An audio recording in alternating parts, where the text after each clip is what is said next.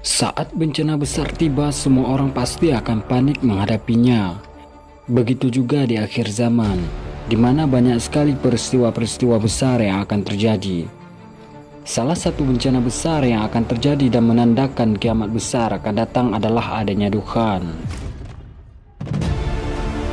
Dukhan merupakan kabut asap gelap, tebal dan teramat panas sehingga mengakibatkan bumi gelap gulita selama 40 hari 40 malam. Lantas, kapan tepatnya dukhan ini akan terjadi? Banyak ulama berpendapat ada 3 tanda-tanda yang memicu munculnya dukhan. Rasulullah menyebutkan, dukhan ini akan tiba apabila umatku terlibat dan terjebak dalam 3 kesalahan di akhir zaman. Apabila di tengah-tengahku sudah banyak bermunculan penyanyi-penyanyi wanita. Tak heran, di zaman sekarang sudah tak asing lagi dengan yang namanya musik. Mulai dari kalangan anak-anak, remaja sampai orang tua. Apabila musik dan alat-alat musik sudah disenangi oleh umatku dan digandrungi menyebar kemana-mana. Sudah sangat jelas dengan perkembangan teknologi saat ini, berbagai macam alat musik sudah muncul dan bahkan lebih canggih dari sebelumnya.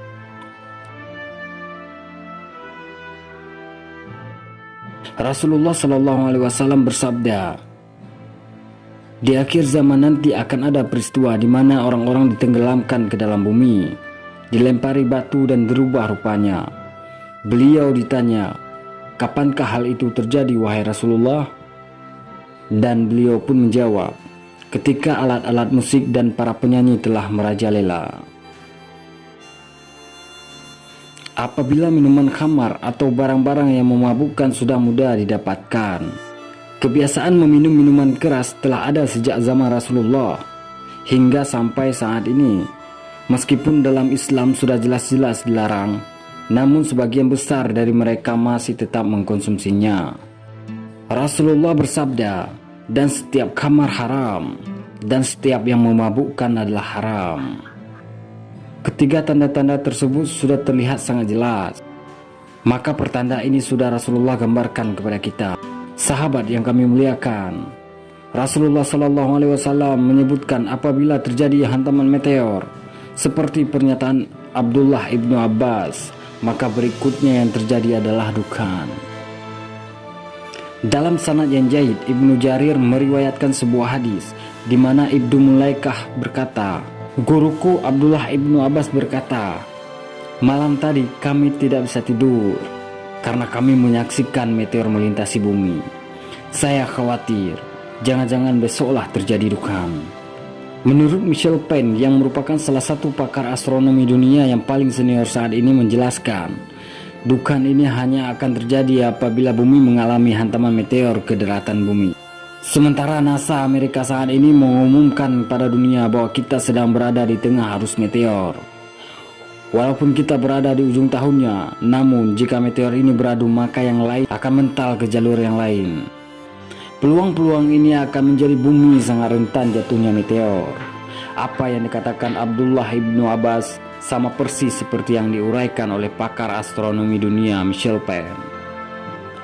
Jika meteor ini menghantam atmosfer bumi dengan garis diameternya hanya 2 km saja, maka kekuatan ledakannya sama seperti 1 juta kali lipat ledakan bom nuklir yang pernah terjadi di Nagasaki dan Hiroshima. Setelah meledak, meteor ini akan terbakar. Bagian kulitnya akan mengeluarkan asap yang sangat tebal, panas dan beracun. Asap inilah yang disebut dengan dukhan.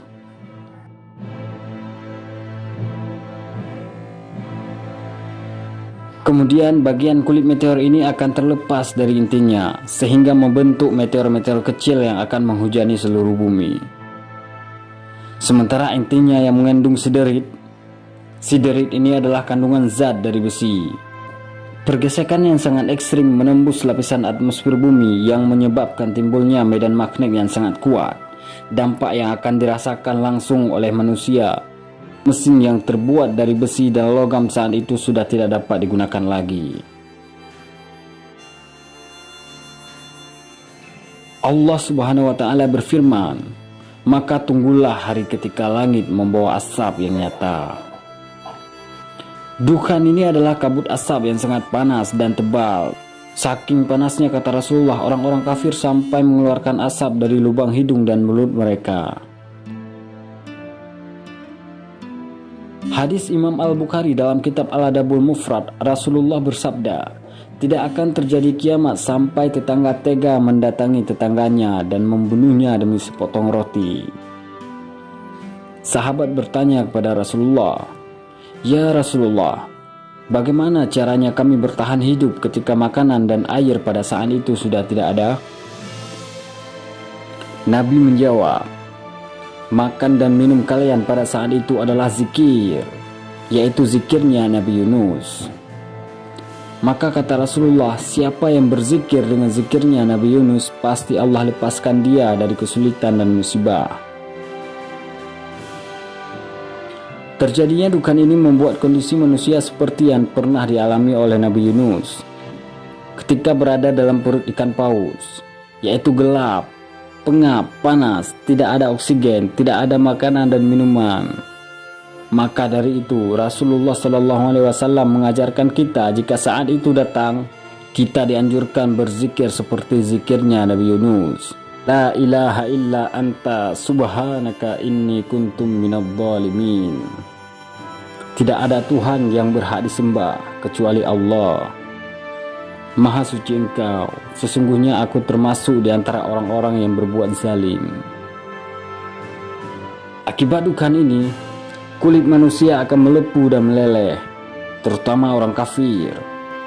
Namun orang mukmin hanya sedikit lemas, seperti terserang flu. Setelah dukhan ini hilang, esok harinya manusia dikejutkan dengan musibah lanjutan.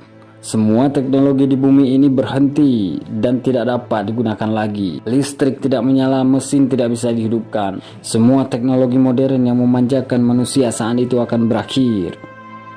Kemudian saat itu diikuti dengan air yang sangat sulit ditemukan dan bahkan sangat kotor karena debu dukhan telah mengendap ke dalamnya. Sejak saat itulah terjadi kelaparan yang sangat luar biasa di muka bumi. Menurut riwayat Imam Al-Bukhari, secara ringkas dapat diterangkan bahwa orang-orang kafir Mekah dalam menghalang-halangi agama Islam dan menyakiti serta durhakai Nabi Muhammad SAW sudah melewati batas. Karena itu Nabi berdoa kepada Allah agar diturunkan azab sebagaimana yang telah diturunkan kepada orang-orang yang durhaka kepada Nabi Yusuf, yaitu musim kemarau yang panjang. Doa Nabi itu dikabulkan Allah sampai orang-orang kafir memakan tulang dan bangkai karena kelaparan. Mereka selalu menengadah ke langit mengharap pertolongan Allah, tetapi tidak satupun yang mereka lihat kecuali kabut yang menutupi pandangan mereka. Akhirnya mereka datang kepada Nabi agar Nabi memohon kepada Allah supaya hujan diturunkan. Setelah Allah mengabulkan doa Nabi dan hujan diturunkan, mereka kembali kafir seperti semula. Karena itu Allah menyatakan bahwa nanti mereka akan diazab dengan azab yang sangat pedih. Dukhan merupakan salah satu tanda yang masih menjadi misteri bagi manusia dan belum terjadi. Hal ini akan terjadi apabila mendekati datangnya hari kiamat. Kapan kiamat itu akan datang? Wallahu a'lam.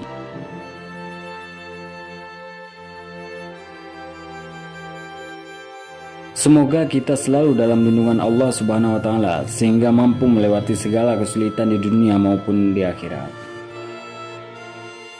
Amin ya rabbal alamin.